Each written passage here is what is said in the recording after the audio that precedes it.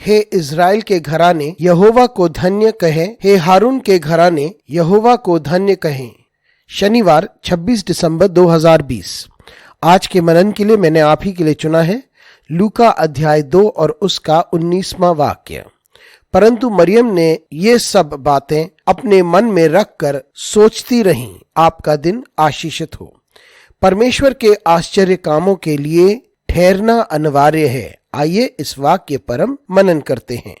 आज की सुबह का विषय है अति सुरक्षित रखना। ये उस समय की बात है जब गडरिये नए पैदा हुए राजा से भेंट करने आए थे और उन्होंने बताया कि वहाँ क्या हुआ था। उन्होंने मसीहा के आने की घोषणा के बारे में लोगों को बताया और फिर वे तुरंत नए पैदा हुए राजा से भेंट करने गए। और जब वे सारी बातों को एक दूसरे को बता रहे थे, मरियम ने इन सारी बातों को अपने हृदय में सुरक्षित रखा, क्योंकि वे सोच रही थी उन सारी बातों के बारे में जो उसके चारों ओर हो रहे थे। इसके पश्चात हम हन्ना, जो एक भविष्यवक्ता है, उसकी प्रतिक्रिया को भी हम देखते हैं और उसके पश्चात सिमयोन की प्रतिक्रिया, और वो भी एक भविष्यवक्ता था। उनकी बातों से मरियम कुछ घबराई सी थी, लेकिन फिर भी उसने सब कुछ अपने हृदय में सुरक्षित रखा और उस पर वे विचार करती रही और वो उस पर सोचती रही, क्योंकि उस वक्त उसके कुछ समझ में आ नहीं रहा था और वे रुकी रही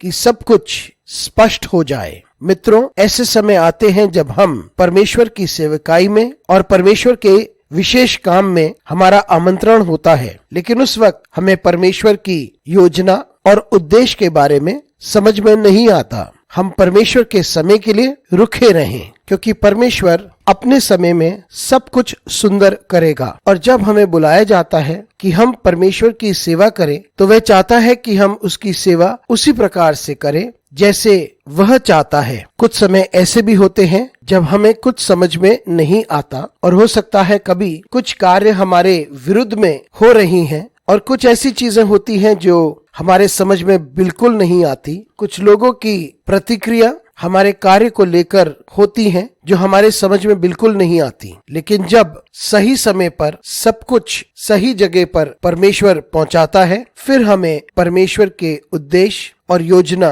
के बारे में समझ में आता है। इसलिए हम अपने हृदय में सब कुछ को बहुमूल्य रूप से सुरक्षित रखें, विशेषकर जब हमारे कुछ समझ में नहीं आ रहा उन बातों के बारे में जो परमेश्वर हमारी जिंदगी में कर रहा है, क्योंकि हम जानते हैं कि हमारा परमेश्वर सब कुछ भलाई के लिए ही करता है और हमारा परमेश्वर सब कुछ अपनी इच्छा अनुसार अपनी महिमा के लिए अपने समय में करता है। वो हमें कभी भी त्यागेगा नहीं। वे निरंतर हमारे लिए भलाई करता है ताकि हम जो कुछ कहते हैं और करते हैं उसमें हम आशीष पाएं। परमेश्वर हमें वह बुद्धि दे ताकि हम ठहरे रहें, वो बुद्धि दे ताकि हम समझ सकें और बुद्धि दे ताकि हम उसे ही निहारें। अनुग्रहकारी परमेश्वर स्वर्गीय पिता, आज की सुबह के लिए तुझे धन्यवाद देते हैं। तुझे धन्यवाद देते हैं तेरी सारी सहायता के लिए, क्योंकि हमें ठहरना चाहिए और तू हमारी सहायता कर ताकि हम ठहरे रहें। हम आशा के साथ रुके रहें और विश्वास के साथ